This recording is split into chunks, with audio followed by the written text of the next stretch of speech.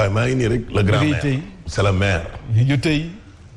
ah waaw am na yu tëddee yoo xam ne ñu ngi fi ak yi tey. en attendant Yacine Seck di la dalal. ah. Yaas man jaaxal na ma Yaas yi mu lay def nii. non non lii yëpp xeetu di ma humilier la rek te man dafa am fu ma ko teg te teguma fa mais garaaw. Yaas doo ko doon muy génn di dem di naan lu. non da doon jël force parce que yow boo ñëwee ak fi nga koy yóbbu xam nga niveau bi nga koy yóbbu foofu mu jël non non garaaw jour nawetaan la rek. wuy ma boo maree naanal. gis nga yaa ngi commencé nga nekk lan. non boo. da ngay daw ba ci moom ne ko. non boo maree naanal. jox ko Yacine foofu ci écran bi. non Yaas kay te dama ko mere. Yaas may ñu Chérif bi di ñëw au lieu mu accueillir ko mu génn. wala dama teel a ñëw. ah daa am lu tax mu dem. dama kii woon rek dama. waaw. daa am lu tax mu dem nga ne ko boo maree naan. naanal. yow kay boo maree naanal rek. naan nga noo. waaw c'est bon. oui c'est parfait. ok. le grand professeur Siré Kopati. oui grand maître. Kopati Sambay Naar. ça va nu mu demee. Siré sa Kopati bi nag dafa la jàpp de. xaw ma wax dëgg waaw rafet na de vraiment. rafet na de waaw moom ne tey moom ay bagages la jël buy wax di téye micro bi comme ku nekk Nations Unies. Siré le grand journaliste Limina professeur. ñu ngi ziar El Hadj. Ibrahima maa ngi ziar. yàlla nangu ziar. waaw mais Yaas lan la nag. non dara. non boo fi xawee tayal ñun dañuy tayal. billaay tayaluma. début bi day ndaw début robinet bi. yàlla xam na ne tayaluma. day faible waaw. wuy ma. yëkkati ko. yaa vitamine C bi de. seetaan leen ñu si suñu plateforme digitale. ci la Sénégalais yi bëgg ci moom. Sen TV Facebook l'officiel ah. waaw. des médias l'officiel sur YouTube du dëgg. waaw. wala ngeen télécharger application Play Store wala App Store. voilà. yaa Store. mais yaa Store bi kat moom. mu ne. Mbaye yebale nee na arrêté ma ne ko fu ñu koy jàppee. non grave ba xam naa. yaa Store laa bëgg xam fu ñu koy jàppee. non dafa am ay partenaires extérieurs. ñoo xam ne bokkatu la ngeen. elle est là rek dans la classe mais elle n'est plus là mais amul problème. léegi ñeneen lay déglu seen i conseils. loolu il faut ñu. loolu pourtant du gros plan la nii. pourtant ki may déglu mi ngi si kër gi de. non garaaw amul problème mais Siré. oui grand. Siré sànq def nga benn njàngat ci justice bi ak l'affaire Barth. li xew ci Kédougou. député la ça parle d'élection pour ñëpp la. nga ne mbirum Barth moom mbirum pénal benn nit bu am jafe-jafe. xam nga Macky Sall bi ko Ablaye Wade tuumaalee blanchiment de capitaux ak Abdoulaye Sall keroog bañ koy yóbbu commissariat ñëpp a dem. parce que ñëpp dañoo xamoon lan moo nekk ci ginnaaw dossier bii Birahim pourtant mënoon nañoo wax ne benn sénégalais bu am jafe-jafe la na dem lijjanti compte boppam dañ ko tuumaal wàllum setal xaalis bu saltewul blanchiment de capitaux mais non sénégalais yi dañ gis ne lii dafa am ay non di lii dafa am na ay opposants yu bëgg a éliminer dañ caa topp Karim Wade dañ koo dénk suñu alal nguur gi Siré dem nañ ba reconnaître ne lu jëm ci wàllum gestion alalu askan wi sàccul luubalul détourné wul def dara dëgg loolu dëgg lañ koy tuumaal nag mooy mbër kaay yow nga wax ji yow fi nga jëlee sa alal ji dafa bari te Macky Sall ci boppam nangoon na ne ci largesse su Ablaye Wade ci tabeeru Wade moom ci la jëlee am na benn partie bu mu ci jëlee ci alalam ji waaw bàyyi boo faqee koowul ci géñoom nga nangu ne bokk na ci ñi nga xam ne dooleel nañ ma ba ma am lii sama poos rawatina koo xam ne ca moom la faqee ko te Ablaye Wade ñoom xam ne ne du sàmbaalaar ñooñu Karim yi génn waa léegi ñëpp toog seen kër ne lii affaire Karim la na ko réglé xaaf ñëw Macky nekk na premier ministre nekkoon na ministre intérieur patron wu collectivité territoriale yi xam na caisse d'avance nu muy demee depuis Blaise Diagne ba tey nii la affaire bi di demee nga ñëw indil ñool maire de Dakar nga ne da nga koy tëj ci kaso bi Khalifa Sy jóg ñu leen déedéet dem leen ngeen toog seen kër parce que lii gestion xaaf la moom kese mooy régler ji problème am ak benn nit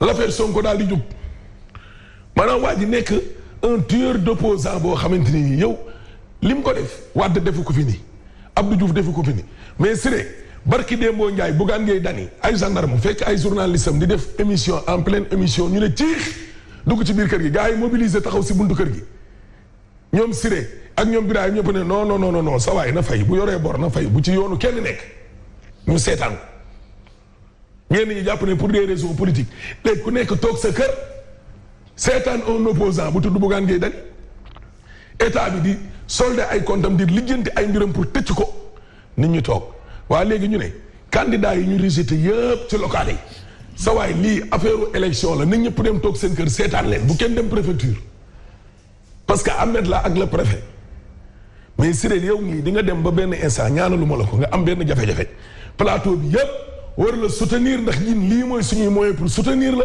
ñu ne sa waay Siré daal dafa am problème ak diw nañ leen ko seetaan alors que ay animateurs journalistes yeneen di la attaqué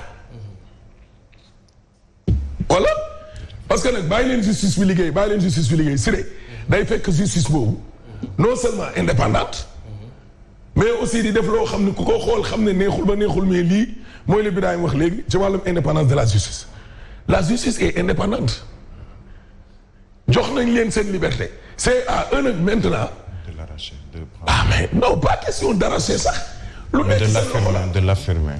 comme tey fii suñu plateau matinal bi mais ñin dañ fiy toog rek yow Siré suñu buggaan waxee jaar leen gauche ñu ne gauche jaar leen droite taggal leen ma samay juróom-ñaari mag loolu dina ne moom ni muy politiquer ñun noonu la ñuy politiquer dañoo bokk ak moom camp bokkuñu feneen c'est ça mais Ahmed est-ce que da nga may interpeller est-ce que mën naa tontu. allez-y très bien li ngay wax noonu yëpp grand dëgg la quoi mais il y a ce qu'on appelle un mélange de genre cas boo jël ci fi nga ko tegee foofu am nga dëgg mais su fekkee da nga jël cas bi yóbbu ko ci beneen contexte dafay dem ma jox benn exemple justice bi ngay wax nii quel que soit son niveau d'imperfection moo fi nekk te moo gën ku nekk di defal boppam justice malgré ses insuffisances yu mu nekk fi moo gën ku nekk jëlal sa bopp justice. d'un côté deuxièmement.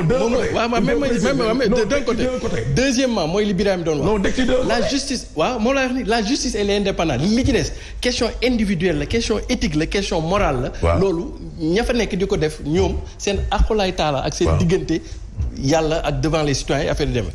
beneen bi mooy il ne faut pas considérer que la normalité. Deviennent que à chaque fois qu'un politicien est interpellé, on oublie même ce qu'on appelle la qualification juridique des faits. Dans l'affaire Barthélémy Diaz, il y a un fait factuel, irréfutable, qui est le meurtre.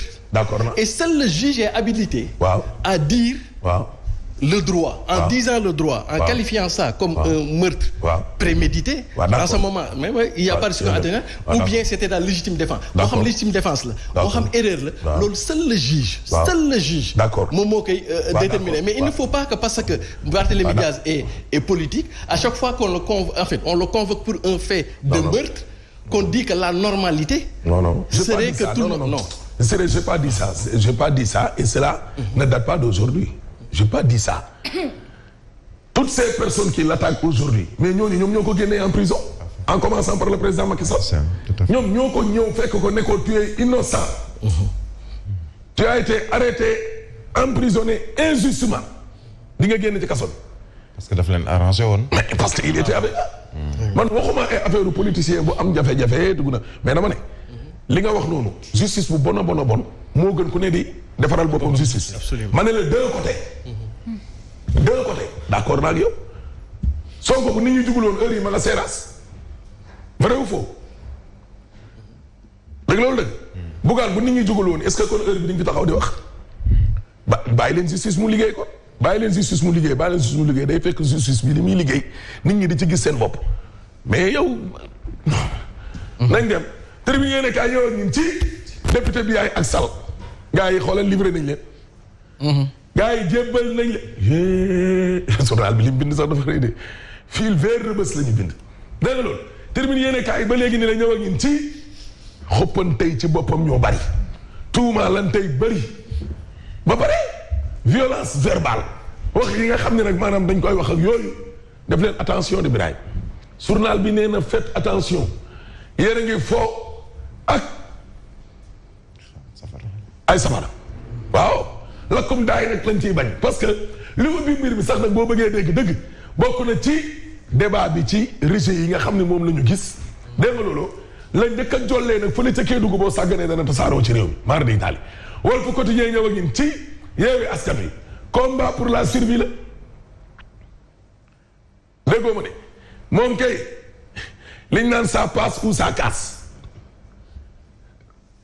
tëggu seen nañ la ñoom fi mu ne nii foofu la ne de neex benn naqari benn dégg nga boobu di ñëw ak ci nguur geeg opposition bi ku ci nekk nag fi nga taxaw foofu nga taxaw ku ci ne say état major ña ngay séddale seenu carte nguur gi ci boppam discours bu saf lañ nekkati te waaye Yewwi Askan Wi fañ nekkoon juguñu fa ba léegi ni leen ñaari cas yëpp nag léegi nee nañu mobilisation mais gis nga Mor Ngom nee na opposition bi duñu opposition wu dara lu dul opposition wu taalub réew insurrection bëgg a génnee nit ñi may sama Koor Diouf responsable APR Fatick nee na Barthélémy Dias bis bu ñu yaakaaree ne la fa xewoon ca weeru mars 2021 dana amaat ci mim réew juum nañu ñaari député nag moom gars yi livré nañ leen Sud Quotidien nañu Biaye ak Sall waaw gis nga ko mu ngi nii livré nañ leen de jébbal nañ leen police bi jébbal nañ leen justice bi source a ñëw ak ñun ci cour d'appel waaye Yewwi Askan Wi Matam waaye yéen woon seen bagage yi yóbbu ko kër Farba ñoom fan la ñuy mujjee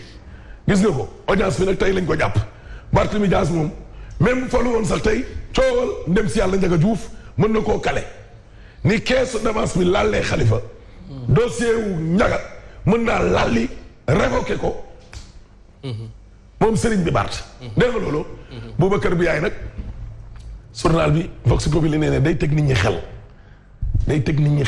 xel ci boppam lay teg nit ñi xam nga teg nit ñi xel moom la nekk teg nit ñi xel Le Quotidien yéene kaa ñëw ñun ci non sama sœur bi nag tey moom dafa kii quoi dégg tey dafa yàq matinal bi yaas tey sawarul mais garaaw la amul problème on y va procès bi dégg gis nga xoolal jamonoy dëbb lañ toll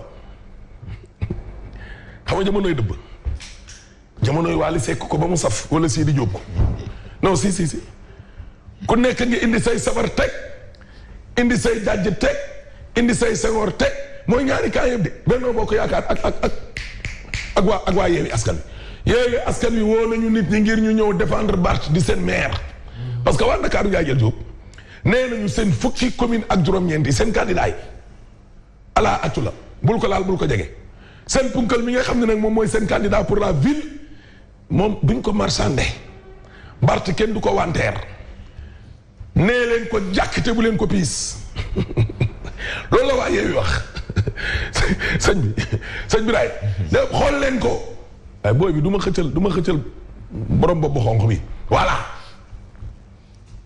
mi ngi le candidat de l'espoir est là mu ne mën a sonal di moo tax waa Yewwi nee nañ nit ñi génn leen balaa la monstre di fa jaar wan naa su Barth doo dem de le monstre kay waaw le monstre est là yow le monstre ñam na la barki démb yàlla la suturaal wan na ba sa tànk yi di la nga gaa yi dëg si xëcc la nga génn demoon nga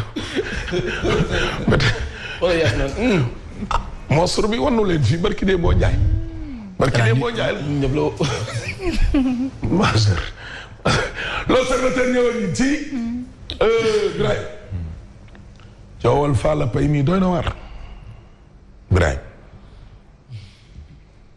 man waa ji dama yaakaar ni wérul quoi parce que ku mën a jël sa doom xoj ko ba mu dee doom boo jur kooku ci àllaaxira ngeen di man de loolu moom c'est trop tard oui par strangulation oui waaw de loolu autopsie bi li mu wax daal ma waxoon nañ fi parce que xale yi ni ñu leen fekkee woon dañu gis lu woon ci ñenn ñi ay blessures rek moo tax nit ñi yaakaar ne ñii ne piqûre ñii ne dañ jox dara ñu naan doom ñu naan ay doom wala dara dee waaye daal en tout cas la mu wane daal mooy xot waaw ba pare mu jël ngànnaay moom rey boppam libération sax moom moo tali coow li mi ngi nii gis nga doomam ji xam nga am na bu góor waaw son fils moom ngànnaay li mu reyee boppam moom la reyee ndekete lu góor li te kat am na doom bu réussir woon ren Mariama Ba Mariama ci concours bi war a dem Mariama Ba sa fille là day la ci 25 yi oui ci 25 yi la bokk sa fille là lu muy wax bu demee ah bu demee lu muy nettali doy na waar kéem tam donc loolu lépp dafay wax ce qu'on appelle la maladie mentale dañ ko négliger Sénégal nit ñi jàpp nañ ni boo feebarul ba tëdd hôpital rek feebarul mais maladie mentale dafa am tey moom la Birame doon expliqué il faut que aussi ñu ciy bàyyi xel du yëfi tubaab loolu yëfi nit la doomu aadama xel day feebar dañ jàpp ni nag ku feebar maladie mentale tant que demuloo ba sol sagar di dem rek maladie mais nit a ngi fii di sol costume cravate yor 4x4 nekk kilifa yooyu fekk ni ci il faut ñu bàyyi ci xel voilà il faut ñu bàyyi ci xel mais Yaas déggoo léeg-léeg da ngay wax nit sax ñu ne la mbër bul xuloo bul bamax nit ñi dañuy dox sax dee xam nga Siré dafa ne nit a ngi sañ-sañ yi di dox nii nga foog ne wér na fekk wérul mais nit a ngi dox nii Siré dee da ngay foog moom bamax rek tey waaye lii itam doy na waar nag alaaji noo yéeme na de libération ñëwoon ni ci lii de libération sa moo ko fi bindoon kii nga xam ne moo doon rawale nit ñi ñuy tukki di jaar aéroport international Blaise Diagne lu ci tolloo fukk ak juróom-benn lañ seen association ba bokk na ca ñaari policier ñaari policier yu Sénégal fii ñooy rawale nit ñi li leen fi jaarale xoolal 102 faux passeports dont des diplômes sénégalais 102 faux bii nag moom Birahim nag sànq li nga waxoon noonu ci passeport diplomatique yi xam nga da nga ne au-delà des députés. ñooñu bu ñu leen weesoo. ñeen ñoo ko defar. c'est la question. parce que gars yi ñoom bi du ay faux passeport de. de vrai passeport diplomatique. yu baax. waaw normal ça. fii nag moom ay faux lañu wax 102 faux passeport dont des diplômes. passeport diplomatique Sénégal moom lañ fekk gàllee gii béyaa waa ji Camerounais la daa dawoon ne mais jabar ji lañ jàpp moom ci boppam maris la mujj daanoo confrontation bii journal bi nee ne est-ce que mënati na ñàkk parce que Yankhoba Diattara moom nee na kii di Sonko ak Barth moom lañ jàkkaarloog ñoom sax seeni loxo dafa takk dégg nga loolu dégg danañ jàkkaarloog ñoom wóolu nañu président Macky Sall am nañu ay jumtukaay ngir jàkkaarloog ñoom cey àddina ba pare moom lu mu wax waru ko wax parce que naan ay on va les brûler vifs mais ça c'est le drame vraiment du xam nga loolu moo garaaw ci transhumant gis nga Abdoulaye Wade dafa doon wax ni transhumant wala ku la trahir toujours dafa baax nga jël ko teg ko sa wet ndaxte heure boo bëggee def genre safaan ba moo la koy defal boo ko bëggee wax moo la koy waxal moom li mu wax nii du waxee naan on va les brûler vifs qui est-ce qu'on va brûler vifs c'est pas parce que da nga dem transiter rek tu veux faire plaire auprès tu vas même waa APR de souche sax il ne parle pas comme ça yow un transhumant de la dernière tu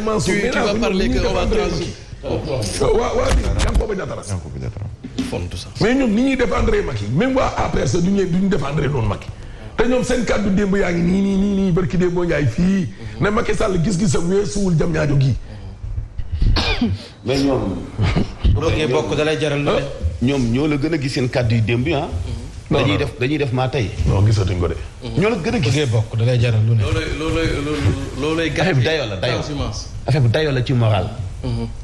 mais Ahmed pour affaire bi tey suñu justice nag am na occasion def dans ce qu'on appelle du management juridique ou du juridisme en faisant du management juridique ça veut dire que xam nga verdict bi du tey nañ koy joxe dana leen déglu yooyu mais en général droit mooy dañuy dinañ joxe affaire bi baneen dinañ wootaat baneen tey bu fekkee dafay def dans le management juridique il va regarder le contexte te contexte bi mooy même ëllëg liñ naan sàcc jaruta yàqi nelaw mënta raw ëllëg au cas à l'éventualité où Barthélémy Diaz est condamné ou bien sera condamné mën na dem élection gagné nekk maire de Dakar li daloon Khalifa moo koy dal destitution en ce moment ils auront préservé la paix civile ou la paix sociale ou bien la justice fait dans le juridisme en faisant dans le juridisme même bu fekkee l'acte de droit est légal mais c'est un acte qui peut créer du désordre ça veut dire que tey jii am na ñoom nu ñuy demee ñu ne wala justice bi dañuy ñëw ñu teg tranché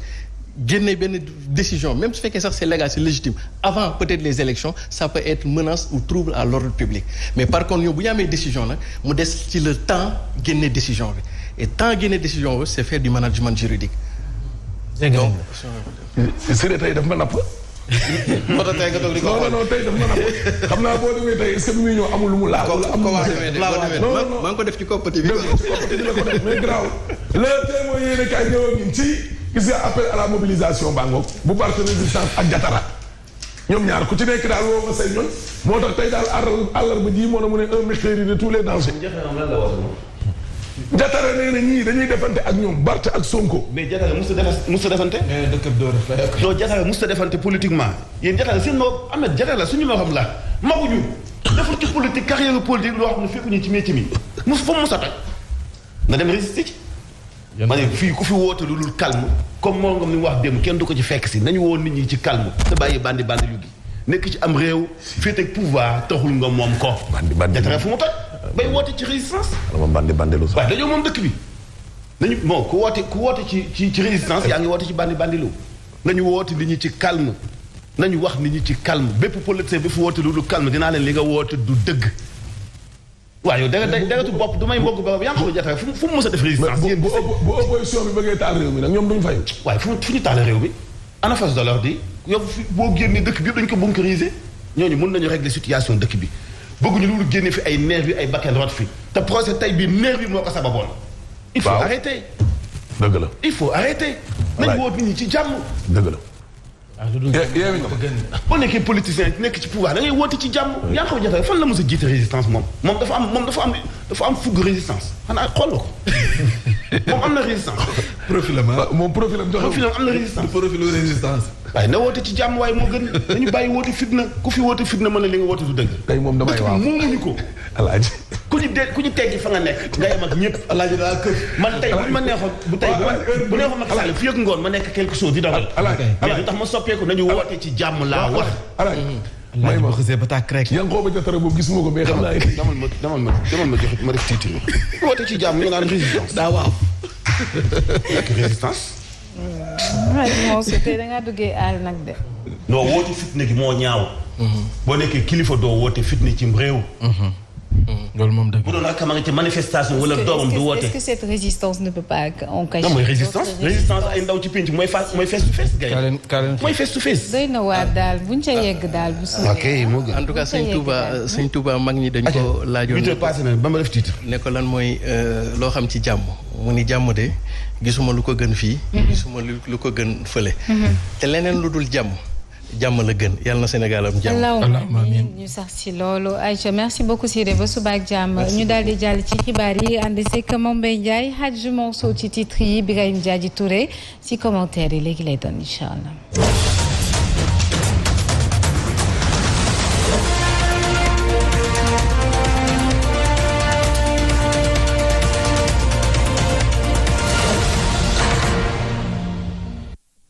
di nga defee ci bopp xibaar yi tey jii li bisu dëgg bi ci wooteb Barthélémy Dias ci faatuk Ndiaga Diouf ci attaque bi amoon ca mairie bu Sacré-Cœur atum 2011 fukki at ginnaaw bi boobaak léegi waaye Yewwi Askan Wi nee na ñu def mobilisation te it nag ñu bañ a politiser li nga xam ne moo di boobu lépp dossier lu mooy loolu itam dinañu dellu soit ci fitna gi am ci wàllu politique muy violence goo xamante ni bii préélectoral 2011 ak itam mois de mars 2021 bi ci bi ñu woowee Ousmane Sonko ay dégâts yu doy waar ay bakkan ndaw di rot ci biir journal bi dinañ ci def benn rappel bu am solo incha allah laatu ñu ñëw ci xibaaru sport.